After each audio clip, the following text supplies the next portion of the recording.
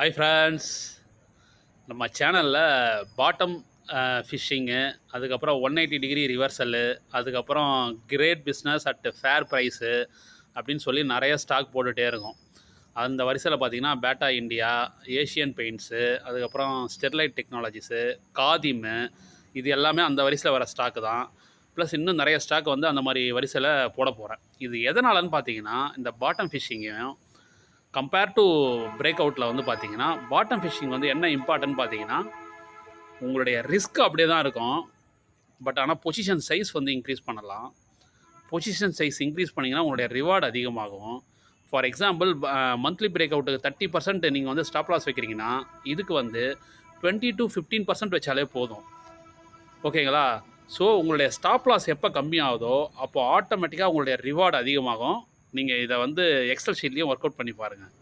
Thank you.